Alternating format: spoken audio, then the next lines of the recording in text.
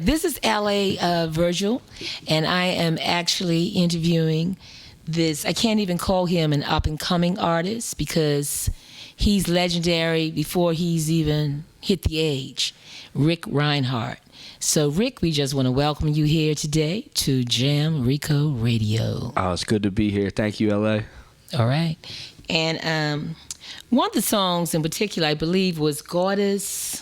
The Goddess of Love. Yeah. So tell us a little bit of something about that song. The Goddess of Love, I wrote, well, a lot of times when I write songs, I write the songs in my head before I even get to a piece of paper or an instrument. And I met this girl at All Good Music Festival in 2011, and she told me that everybody calls her the Goddess of Love.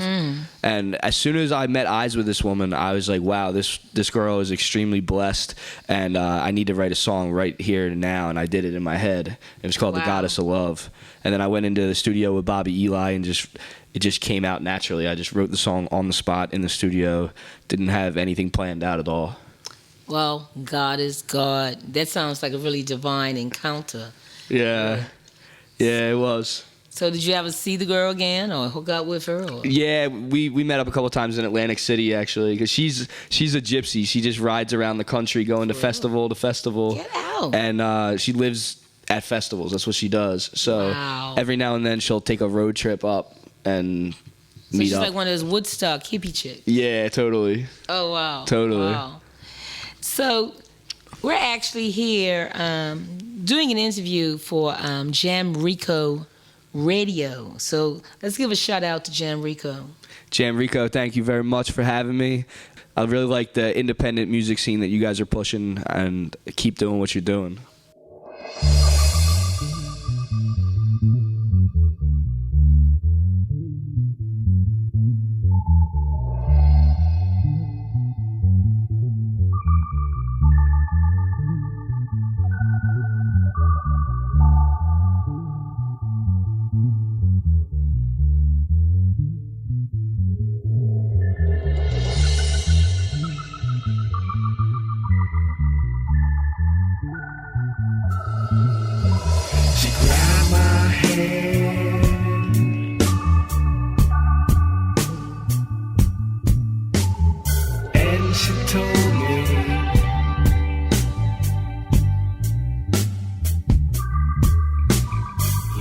Is not what it always seems to be.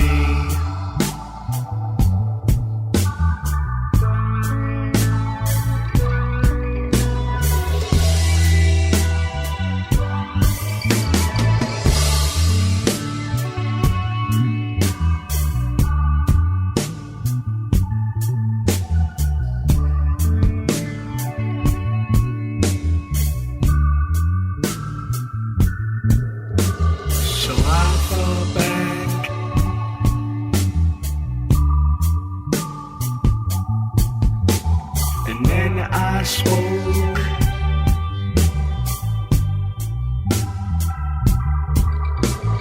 I agree, and I feel that life's no joke.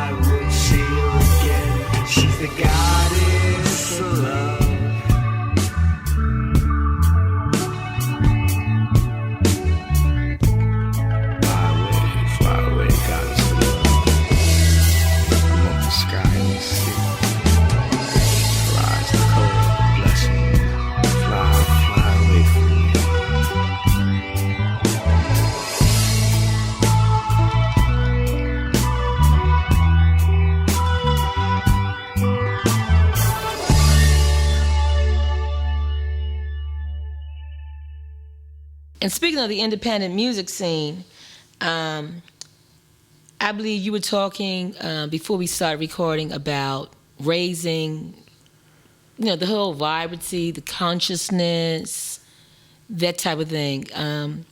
Your music, your new music, do you see that following that path? Absolutely. I mean, the 90s was such a good time for music, and that was the time period when I grew up, and everything was so vibrant, from movies to music. I mean, we're trying to do the same thing with music videos that we're doing with music at Out in the Woods Records. And, the more vibrant, the better. The more people will latch onto it and enjoy it and relate to it. So that's what we're trying to do. Right. And so far, I know I have written down here, you've recorded 87 songs. That's a lot of songs, and you don't look that old. So talk to me. How did it happen? My favorite artists all have this huge library of work, from Tupac Shakur to John Frusciante of the Red Hot Chili Peppers. They release album after album after album after album, and I always saw myself as being one of those artists. And because I'm not on a major label and I have my own studio, I have the convenience to be able to do so in my own time. So I took it on full throttle, and I wanted to. The first couple albums that I did, I really wanted to show the artist development while it was happening. I really wanted to show the world who I am as an artist, before I even got anywhere near the mainstream. Right. So it's sort of like almost like today what we see visually as a reality show, watching somebody like making out a band or something like that unfolding. Yeah, exactly. It's unfolding. It's like I'm able to have control over my work right now, so I'm able to do exactly what it is that I want to do, and there's no limitations. And that's important. I feel sometimes I feel that the independent music scene, well, obviously, is more important sometimes than the major, because we've got so much variety and so much, like you said, no limitations. How do you feel about that? Like even having, how we have the major award shows, the Billboard. How do you feel about those things with independent artists? Well, we're in like a really strange time of the music industry where there's not a whole lot of stuff that I really like going on, but every now and then you see something in the mainstream that's really good or really different, and you wonder how it got through.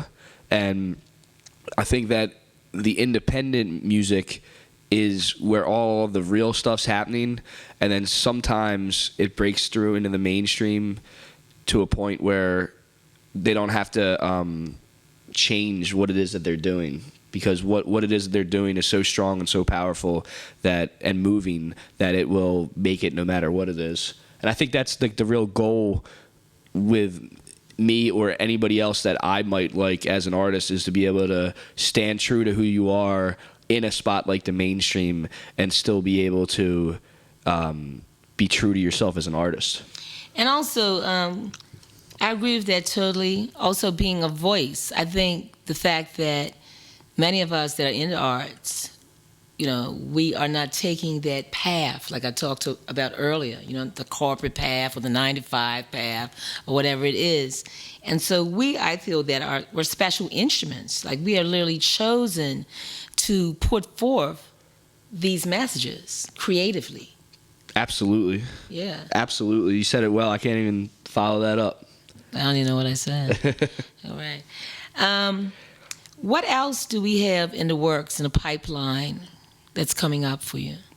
Well, my new record, 2012, is out, and it features a couple members from the Roots crew on the horns, and recorded with Bobby Eli, who's worked with David Bowie and Elton John and all those guys. So that's what I'm pushing right now, and that's what I consider my best record to date. Out of the whole 6 records that I just did, that's the one that I'm pushing, and I think we'll have the most success